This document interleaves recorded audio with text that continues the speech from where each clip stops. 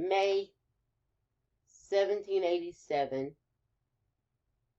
about 56 delegates from the 13 colonies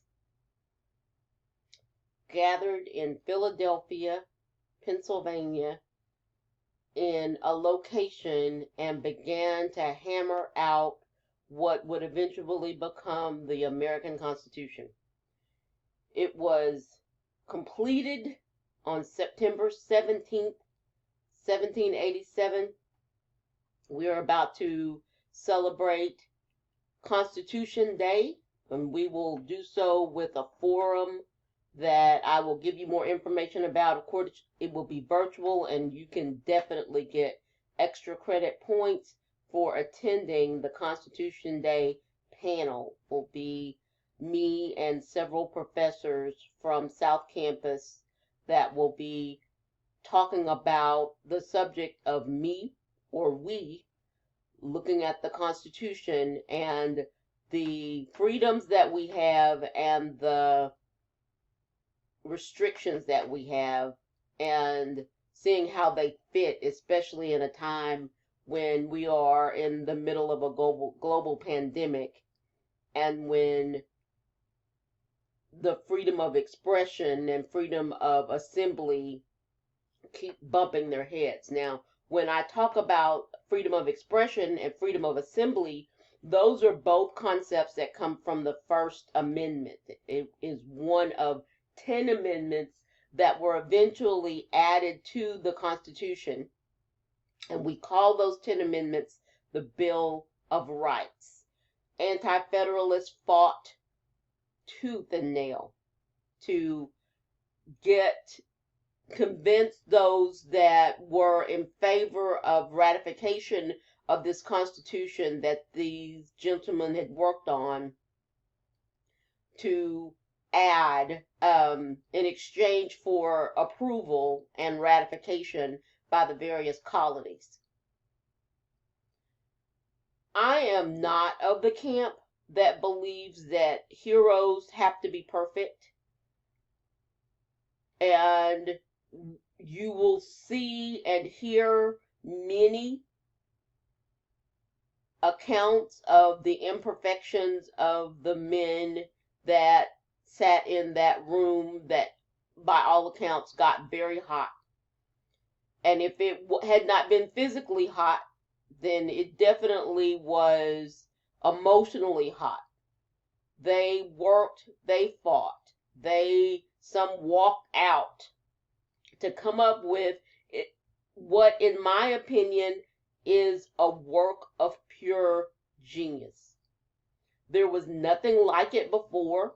It was aspirational. It was drawing on concepts of philosophers and writers of the day and setting out the structure of this newly imagined constitutional democratic republic. And everything in government was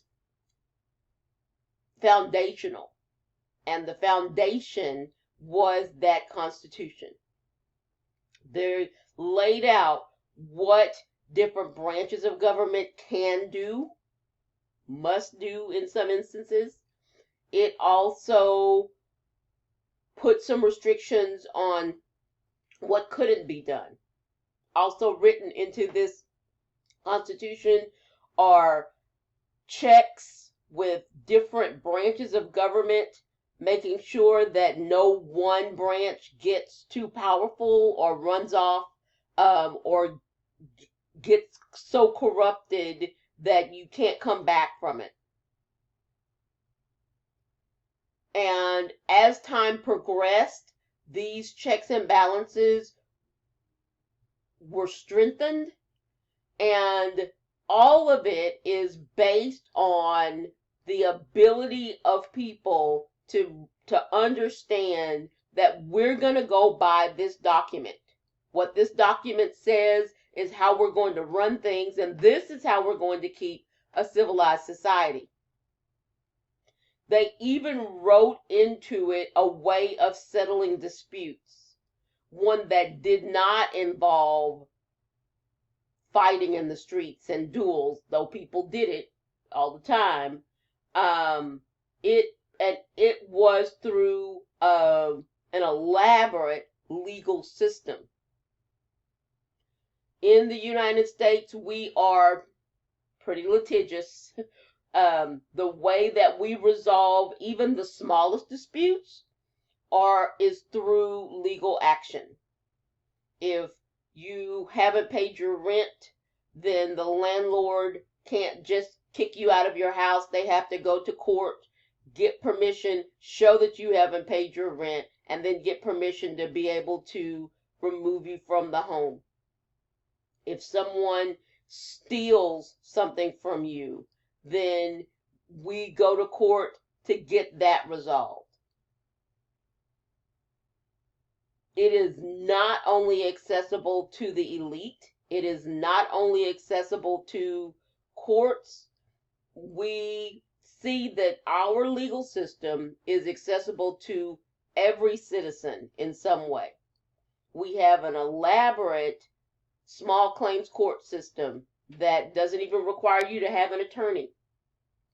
So you can exercise your power through the justice of the peace in Texas, through small claims court in other states, that will allow you to address issues with disputes under 10,000, under 20,000 in some states, and you don't have to come to fisticuffs to get it resolved.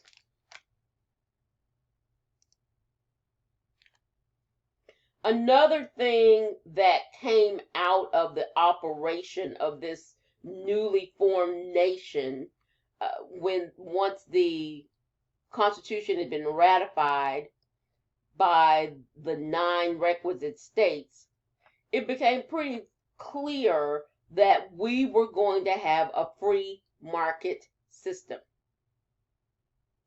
That our companies, our private companies, would have tremendous power and that they would drive our economy. This was, if you've ever seen the musical Hamilton, something that was kind of the brainchild of Alexander Hamilton. And we still operate this way. The government serves only to regulate, to collect taxes, and to set spending policies, but we allow our companies, with some restrictions, to drive our market. Now, recently, they brought in the CEOs of Apple, Google, Amazon, and Facebook. And the question was, do you guys have too much power? Are you restricting free market because you have control in your various industries of too much? So you have control at this point of the price, you have control of the market, you have control over who sees what. In the case of Google, you have control over how much is charged and whether or not programs or platforms or apps have to run through Apple in the case of Apple apps. And there have been times throughout the years that the United States government has said, you're too big. You're so big that you are destroying our free market and competition and taking away consumers' right to choose. Now, will they do that now? I don't know. But there have been companies,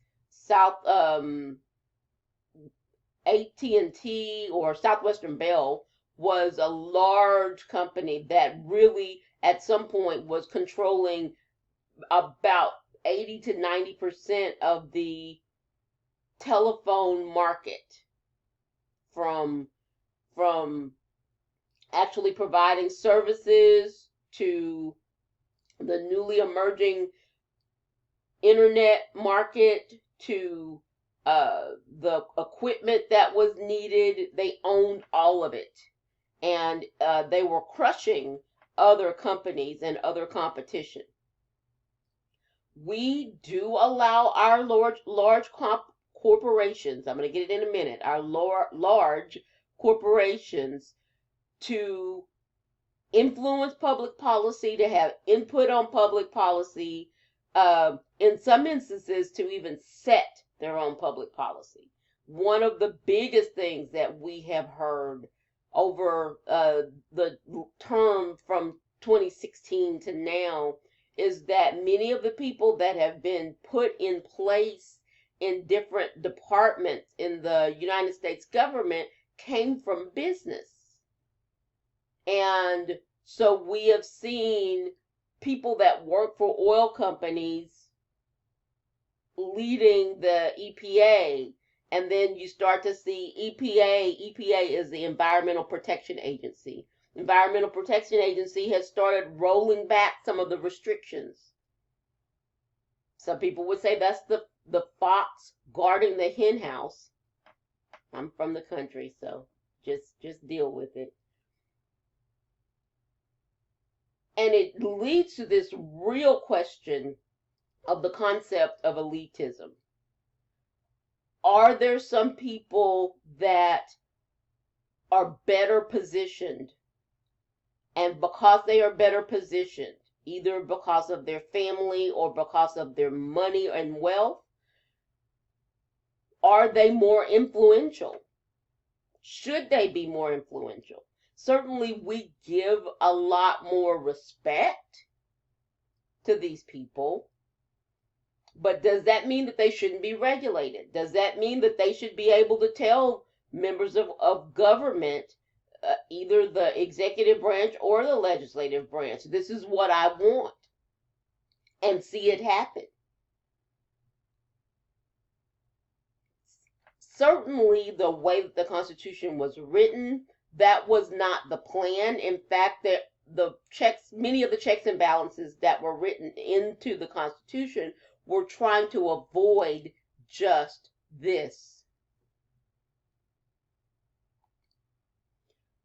Now, let's just make sure that we understand these words. When we say the word democratic, we are talking about a system where majority rules through elections. We determine who and sometimes what will happen through elections. This really empowers majorities. It really empowers those that are able to organize groups. That's called pluralism. And eventually it empowers the people that are elected. Those are the officials, because now they have authority in being elected to actually make decisions. So when we say the word democratic, it encompasses all of those words. Constitutional. This is a system that is based on the rule of law. This includes legal protections for individuals, but it also empowers individuals by giving them the ability to receive redress through the legal system and not have to go to their elected officials every time that they have a problem. And when we say the word free market, we are talking about an economic system that centers on transactions between private parties. What it does is empowers businesses, and it gives much more power to the wealthy. These in a nutshell are what describes the American political system. So as you contemplate the rest of this book, just remember in your mind that we're going to discuss the constitutional system in chapter 2 in depth. We will also talk about governing officials. We'll talk about institutions. We'll talk about appointing people. We will talk about public policy. And we will also spend some time recognizing how difficult it is to govern effectively, but how important it is to try, and how important it is for us to recognize when something isn't working so that we can make better decisions for our future.